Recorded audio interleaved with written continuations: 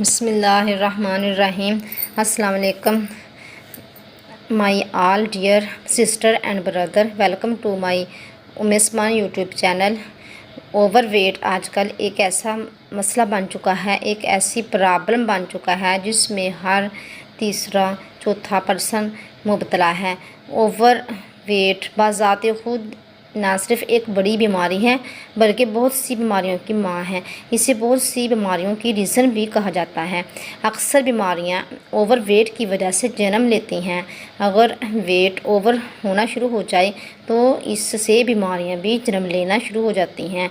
तो मोटापे का जिक्र हदीस पाक में भी है कि मोटापा इबादतों में गफलत का सबब बनता है, इसीलिए मोटापा नापसंदीदा है। इसलिए हमको स्मार्ट होने के लिए अपना वेट ज़रूर कंट्रोल करना चाहिए और ग़िज़ा ऐसी लेनी चाहिए कि जिससे मोटापा ना होने पाए और वेट इंक्रीज़ ना होने पाए। इसलिए एक्सरसाइज और सुबह की सैर का तो ज़रूर एहतमाम करना चाहिए। तो रोज़ाना सुबह की सैर करनी चाहिए और इसके साथ साथ एक्सरसाइज भी ज़रूर करनी चाहिए। बेकरी की आइटम, तली हुई चीज़ें, फ़ास्ट फूड से परहेज़ करना चाहिए क्योंकि ये चीज़ें भी वेट को इंक्रीज़ करती हैं, मोटापे का सबब बनती हैं। तो मैं आज आपसे वेट रिड्यूस करने के लिए एक ख़ास चीज़ शेयर करने वाली हूँ जो शायद आज तक आपसे यूट्यूब की दुनिया में किसी ने शेयर ना की हो। जैसा कि आप जानते हैं कि रमज़ान मुबारक चल रहा है, तो इसकी छमाछम रहमतों और बरकतों से मुसलमान अपना दामन भर रहे हैं। तो आप भी रमज़ान मुबारक के रोज़ों की पाबंदी के साथ अगर सहरी और अफ्तारी में जो रोटी आप खाते हैं उसकी बजाय अगर आप मेरी बताई हुई ये रोटी खाएंगे तो इंशाअल्लाह एक माह में 5 से 10 पाउंड यकीनन आपका वज़न कम होगा, आपका वेट लूज़ होगा, आपके वज़न में वाज़ह फ़र्क आना महसूस होगा। ये चीज़ आप ख़ुद भी फील करोगे। थोड़ा परहेज़ ये करना है कि तमाम कोल्ड ड्रिंक, बेकरी आइटम और फ्राई किए हुए पकोड़े, समोसों से बचने की ज़्यादा से ज़्यादा कोशिश करें। सादा पानी पिएं, ठंडा पानी बिल्कुल यूज़ ना करें। 4 से 5 गिलास अफ्तारी के बाद और 2 से 3 गिलास सहरी टाइम ज़रूर ड्रिंक करें। पानी आपने मेरे बताए हुए तरीके से पीना है जैसे मैं आपको बताऊंगी, यानी पानी आपने चाय की तरह स्मॉल सिप के साथ ड्रिंक करना है और ये पानी आपने आहिस्ता आहिस्ता पीना है। और पानी पीते वक्त बर्तन के अंदर सांस हरगिज़ नहीं लेनी। वैसे भी बर्तन के अंदर सांस लेना मकरूह है और मना है और ये सुन्नत के ख़िलाफ़ है।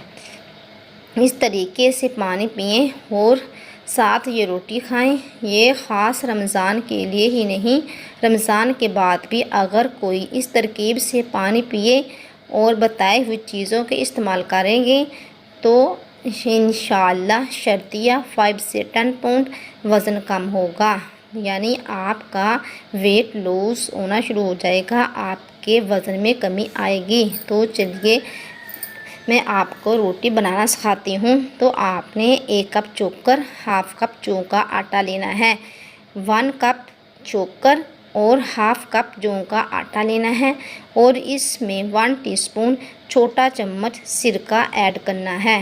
और वैसे भी जिस घर में सिरका होता है बरकत होती है, सिरका बाइसे बरकत है और सिरका यूज़ करना मेरे और आपके आका सल्लल्लाहु अलैहि वसल्लम की सुन्नते मुबारका भी हैं।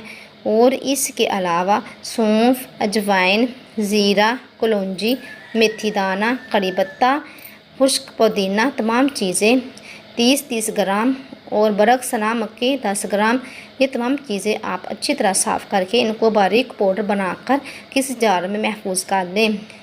और जब आप आटा गूँधें तो इसमें 1 टीस्पून छोटा चम्मच सिरका ऐड कर लें और ये जो तमाम ये खुश्क चीज़ें हैं, पुदीना खुश्क और ये चीज़ें मैंने आपको बताई हैं, आपसे शेयर की हैं, बरक्स नमक की कलौंजी, मेथी दाना, इनका आपने हाफ़ टी स्पून ऐड करना है, हाफ़ टी स्पून ऐड करना है और 1 टीस्पून आपने सिरका ऐड करना है। ऐड करके आपने अच्छी तरह पानी के साथ आटे को गूँथ लेना है, जिस तरह हम आम रोटी बनाने के लिए गूँथते हैं। गूँथने के बाद आपने आटे को 10 मिनट के लिए रख देना है। ये तमाम चीज़ें सिरका और ये तमाम चीज़ें अगर आप हमसे मंगवाना चाहें तो आप हमसे भी मंगवा सकते हैं। तो मैंने अब आटा गूँथ के रख दिया है। तो ये इतने में मैं आपके साथ रूहानी इलाज शेयर करती हूँ। रूहानी इलाज में आपने दुरूद पाक पढ़ना है, दुरूद पाक की कसरत करनी है। वैसे भी ये रमज़ान का महीना जा रहा है, इस मंथ में हमें ज़्यादा से ज़्यादा दुरूद पाक की कसरत करनी चाहिए।